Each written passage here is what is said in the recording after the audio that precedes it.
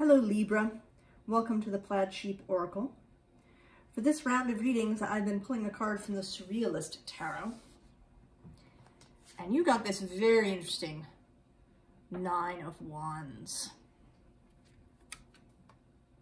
And what I'm struck particularly by in this card is this mirroring aspect, right? So there's these swans at the top here, and then there's these elephant heads underneath, right? And they mirror each other, right? The swan's neck and the elephant's trunk. We talked earlier in another reading about your becoming comfortable with disharmony. And I think we're sort of continuing a theme around, right, reconsidering your Libra-ness, if you will, with the question, right, of reflection, of balance, perhaps, of choice.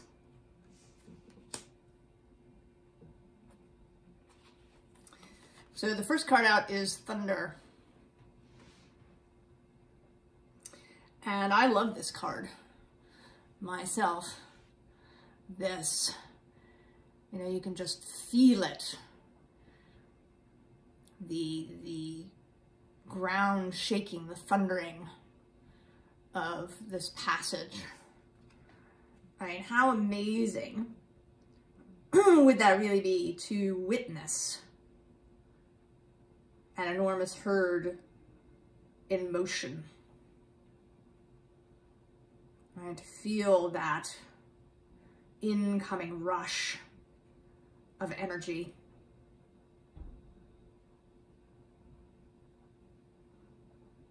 And maybe in this, right, becoming more comfortable with disharmony, or with, you know, not, because this isn't really about disharmony as such, right? It doesn't mean that it's not harmonious, but it is sensational. Right? It may, you know, change the equilibrium in a moment.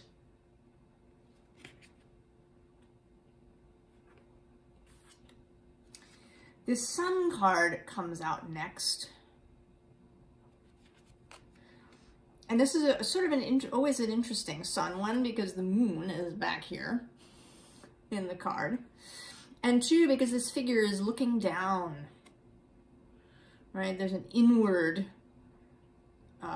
sort of energy with the sun. It's not, you know, the bright sun. There's a muted quality to it. You know, it's not the classic Rider-Waite naked baby on a horse, everything shining kind of sun. So maybe I think that you're feeling a little, right? You're feeling a little inward. The inrushing energy may be causing you to pull inward a little bit.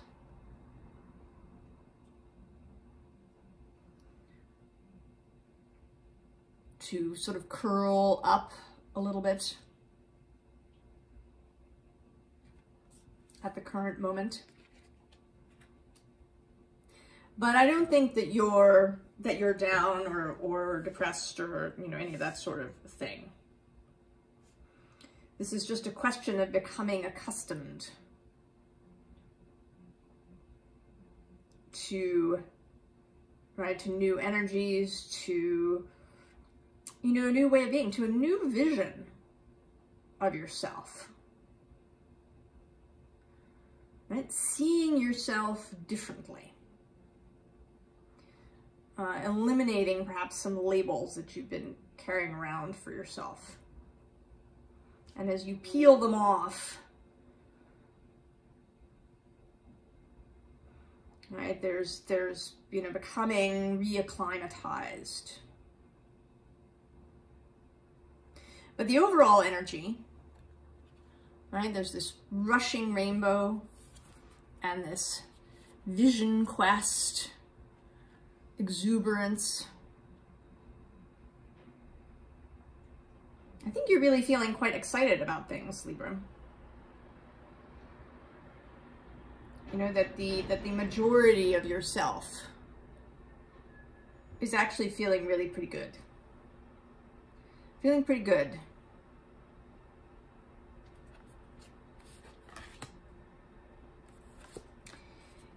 Even though there may be things that you have been letting go of. Right? Sacrificing, right, the self-concept, your idea of yourself, labels that you've enjoyed having, perhaps. Right? We accumulate a whole variety of labels as we go. Some of them we really enjoy maybe having. But what we want, and actually, you know, we don't have to sort of dump all the labels, right? All the roles that we've had. You know, if you're the organized one, say, you don't have to give that up. You can be organized when that's required, right? You're not turning into just an amorphous blob with no definition. What you're giving up is attachment, right? In the Buddhist sense, right? The kind of craving, clinging attachment to an idea of yourself or to, you know, particular ways of moving through the world.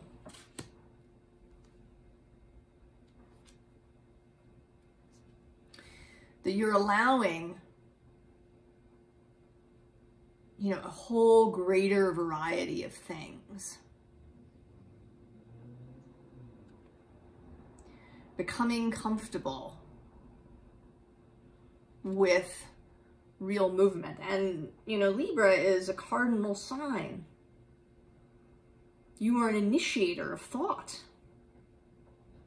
Cardinal air. Right? An initiator of new ideas, new ways to be in relationship, new thoughts.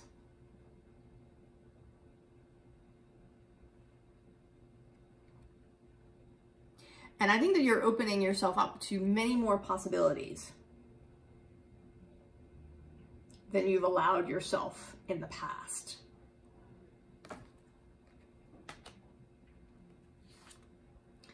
I think you're allowing yourself to express things, perhaps, that you haven't in the past. Some years ago, I had a friend who was telling me about her mother's move through menopause. And she said that her mother's jaw unhinged.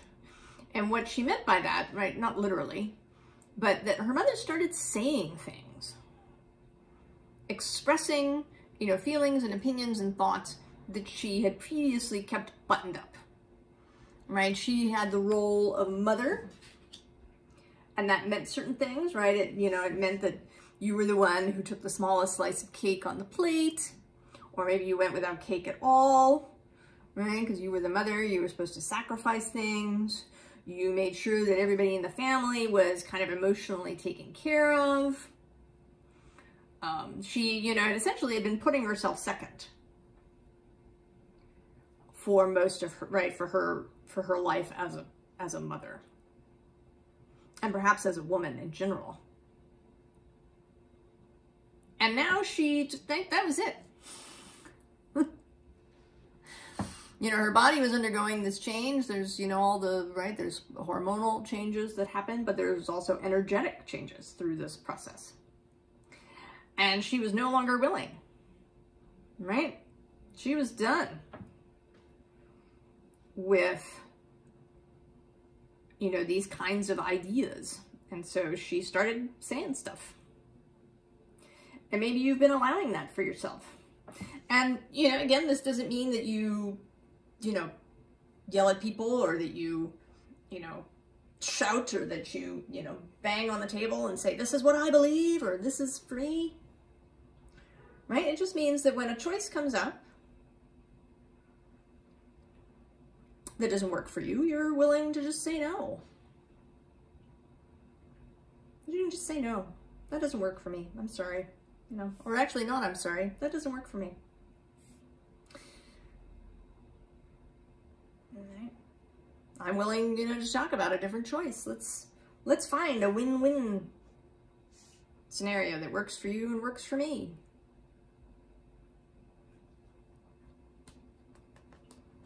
Right? The willingness to go through this curtain.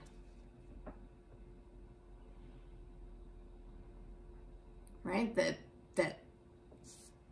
kind of, right, it pulls away anything that remains that's been sticking to us. And it takes courage, Libra. You are absolutely being brave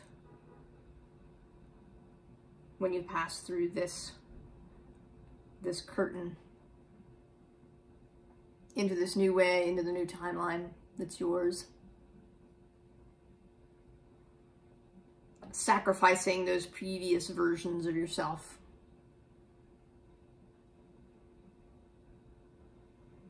Sacrificing your limitations. You know, something that I, you know, sometimes struggle with and need to remind myself about is to not argue for my limitations. You know, yes, something didn't happen in the past, it didn't work, maybe I didn't achieve a thing in the past, but that doesn't mean that I can never do it.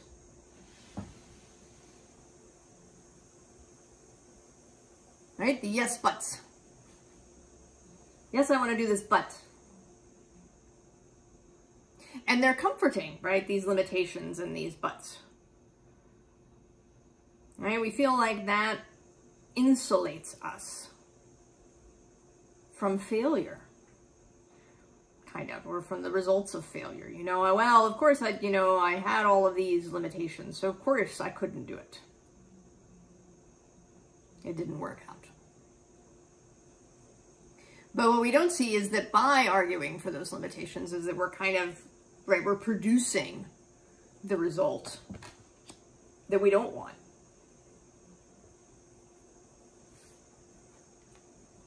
So yeah, this Oceans card, right, says bravery. It's brave, Libra, to enter this new world.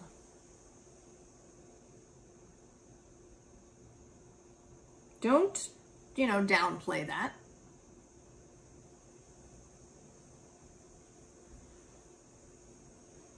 Right? If someone says to you, you know, I think you're really brave.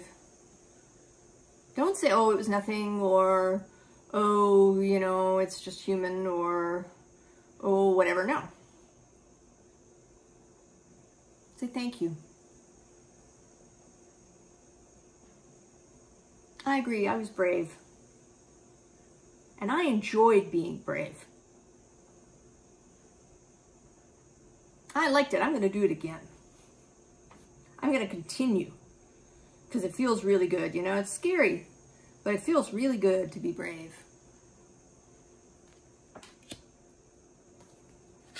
Right? It feels electric.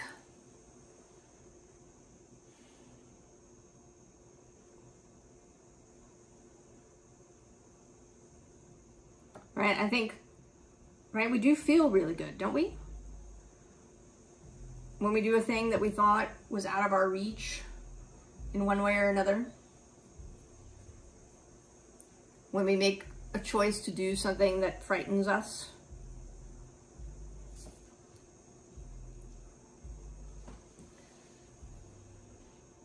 That, right, that feeling. It's an electric feeling. An exuberant feeling. You know, the subtitle here is wildness.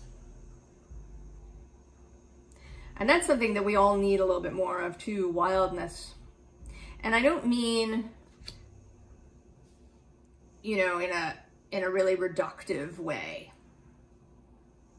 You know, that you just let loose and you know, do whatever the hell you want and not give a shit about anything and, you know, run naked through the forest. You know, wildness is really about honoring the inner vision, the inner feeling over whatever the societal, cultural box is. Right? To be tame is to say yes to all of those rules that we have. To be wild is to know when to say no. And not just, right, for the sake of saying no. But because that is what feels good and is expansive and joyful. And generative. Oh, and here's the King of Cups. And actually, right, death is underneath him, and you know, this is a very gentle death. Right? Pausing for that individual leaf. Each individual leaf is just as important, right, as the whole tree.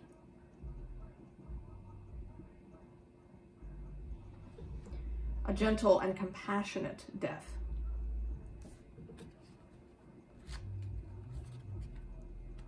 With this King of Cups and his heart cup.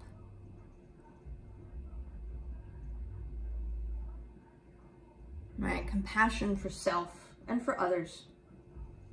Moving forward. Without that feeling really vulnerable, or without it being a people-pleasing kind of activity. Right, a genuine feeling of compassion for self and other. So there's a new, right, there's a new energy, a new idea coming in for you, Libra. If you're watching this when I record it in January of 2023, then there is an energetic moment happening now. I'm recording this on January 11th. On January 12th, here on the East Coast, Mars will station direct. And then on the 18th, Mercury stations direct. And on the 22nd, Uranus stations direct. So there is a coming shift in, particularly in sort of air energy, right? Because Mars is moving through Gemini, right? The Mars sword moving through Gemini. Mercury is in Capricorn, but he is, right, a planet of mental energy, among other things. And Uranus also moving through Taurus, but Uranus is electric. Some people talk about Uranus as the sort of deeper octave of Mercury. That certainly is some of his aspect, right? He has a strong relationship to mind and nervous system.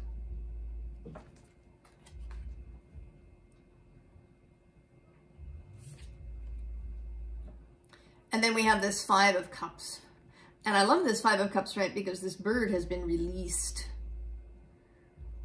This is not a Five of Cups of regrets. This is a five that's about change, changing emotional landscape. Freeing something that's been locked away.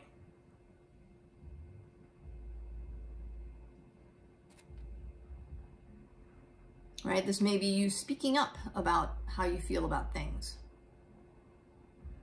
And doing it gently, right? This isn't, you know, a bird of prey. This is, right, a little songbird or a sparrow kind of bird.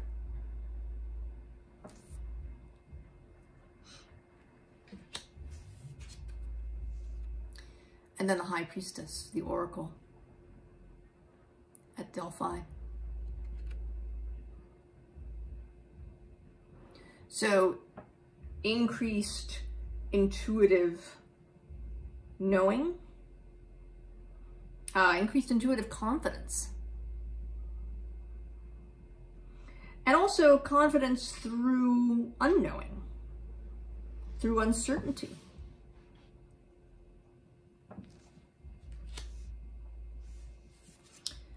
Confidence that when the new idea, the new information comes in, you'll be able to handle it. To be able to handle it and to be able to take it into the next space. Right? You can take this incoming Knight of Swords energy, whatever this new idea, this new set of thoughts, new direction, that, right, you'll be able to travel with it. To put it into sort of practical practice. And we have this Lovers, and I feel like this is not just, of course, choosing from the heart, choosing to use both heart and mind, but also re-examining choices. And I say that because we start with these two cards. And maybe it has seemed in the past to be kind of a stark choice, that either it's chaos or stagnation. Right? That you feel as if you've been choosing between extremes. Or that that's what choice has felt like to you.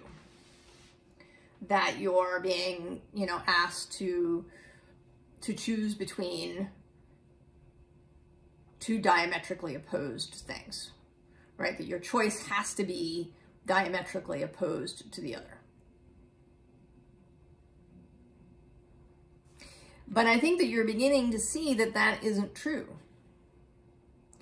That for one thing, there's more than two choices, frequently. That, you know, the options that are apparently in front of us aren't the only options. Using the imagination and the intuitive, right, knowing, the ability to communicate with your own soul and to communicate with the source, the all that is, can present you with more than the two stark choices that you've seen previously. That it's possible to be in this middle space.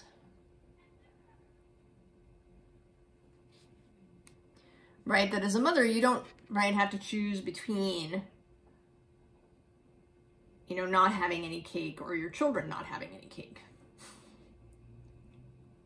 Right? That it's not about that. That there are other ways to proceed where everybody has some cake.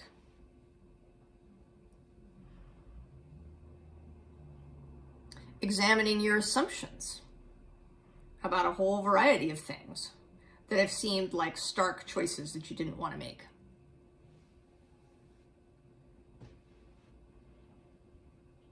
Right? This idea that if you make a choice, that that's it. Right? That there's a real finality to that and you can never have another thing. It actually makes me think of the story Babette's Feast, or the movie, if you've seen it. Where a lot of the theme is about choices and what happens when we make them.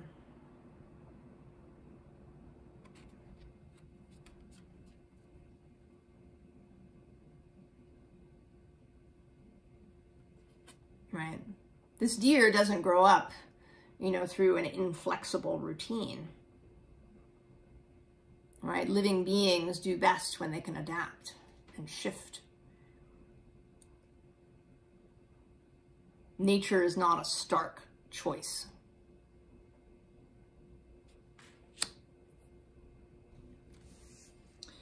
So the advice.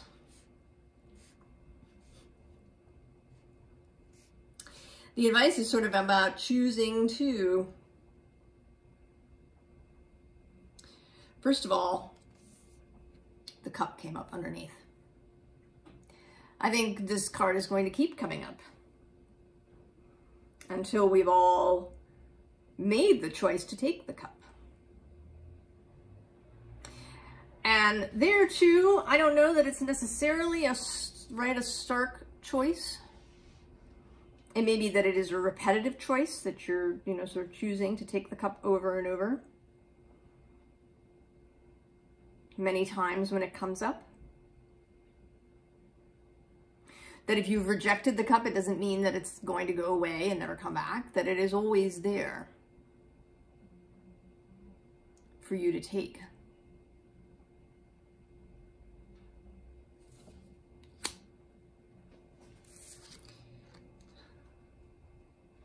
And then we have these two, right?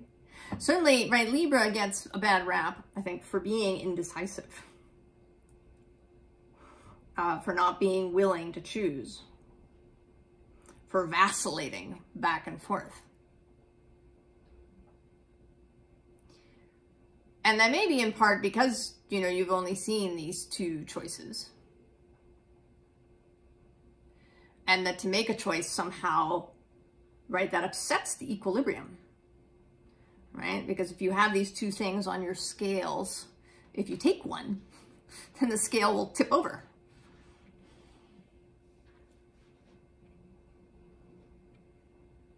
But you can take one, Libra. It will not end everything. Choices will continue.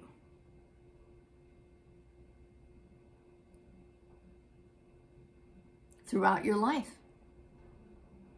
I mean, it's actually part of the fun, in a way. And certainly part of, right, being courageous. And taking, right, taking the thing that you want. Just because you want it.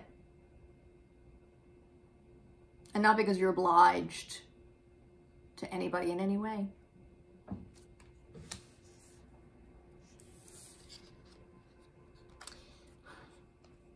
And then we have these two.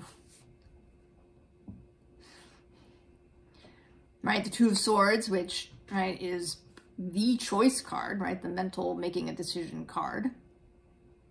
Weighing up the two sides. But it can also be about, right, about combining head and heart. About making informed choices.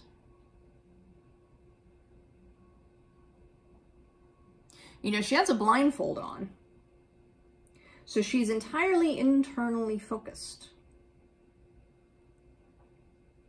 You know, outside information can help us, right? It can, you know, assist us. We can make a list of pros and cons. You know, if you were choosing between two houses to buy, you might make a list of pros and cons. You know, school districts or square footage or garage space or whatever it is. But ultimately, it's about internal feeling, right? When you walk into the house, which one feels better? Libra.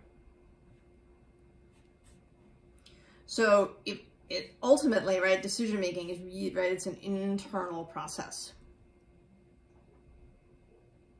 You can examine other people's opinions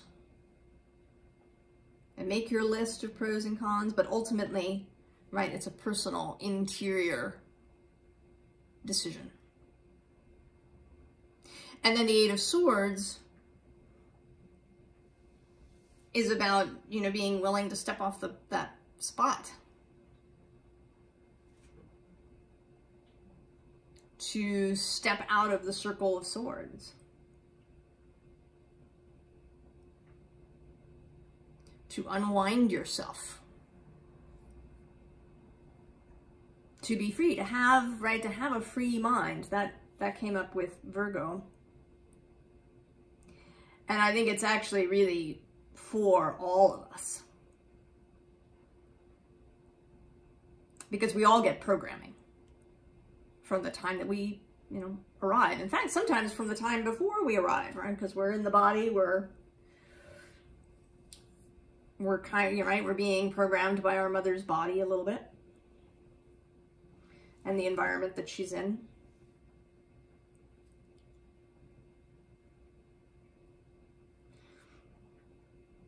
So it is an act of will, really. A brave act to free the mind. To choose to see things differently.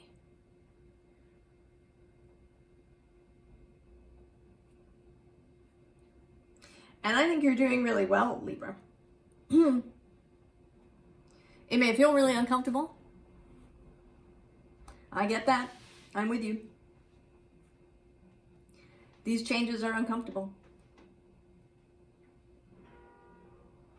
But that's kind of part of the thrill, isn't it? You know, another thing that our society's about is comfort. Right? And some of it is a, you know, a pendulum swing a little bit. I was reading an article that was talking about unpaid interns at a restaurant, you know, that were working really many hours and they weren't getting paid. And I totally sympathize with the idea that a 16-hour day is really hard. But at the same time, right, there's something about that from the other side. You know, not that you're doing these, you know, 16-hour days forever. That you're doing it for a period of time. That, you know, that is its own education. And that it is really uncomfortable. And you totally wouldn't want somebody to do that forever.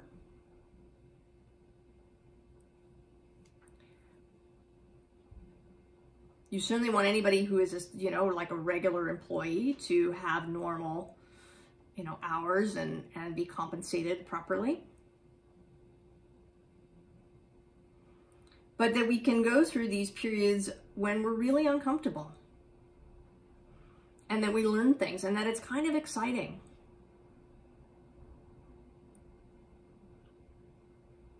That sometimes it's exciting to push the boundary.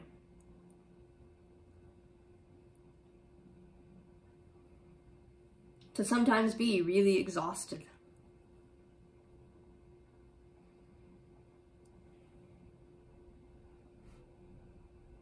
That we don't, you know, that this consistent seeking of, right, of possibly harmony, balance, comfort is actually detrimental.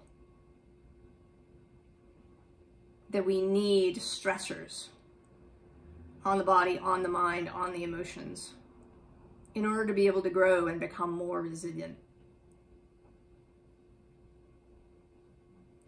And I think that, right, in becoming really comfortable with that,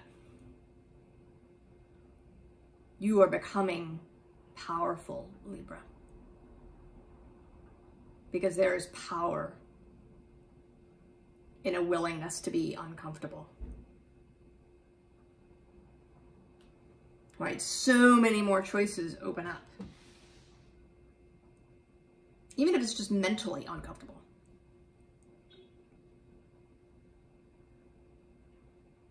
Or emotionally uncomfortable. So many more options open up when we're willing to spend time in that space and not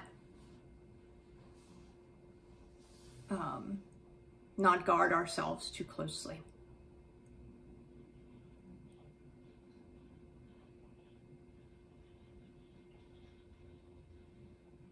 So Libra, I'm excited for you. I think you're going to find these changes that are happening really liberating and fun. I think you're going to have fun when you free yourself up and are able to make choices from a whole other space, where there isn't, you know, a stark this or that. When you can move in a paradoxical space of yes and.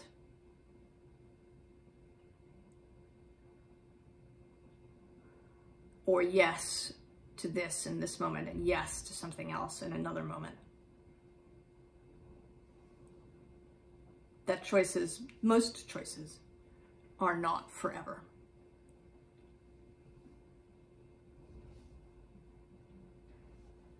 So I wish you all the very best, Libra. I will see you next time. So long.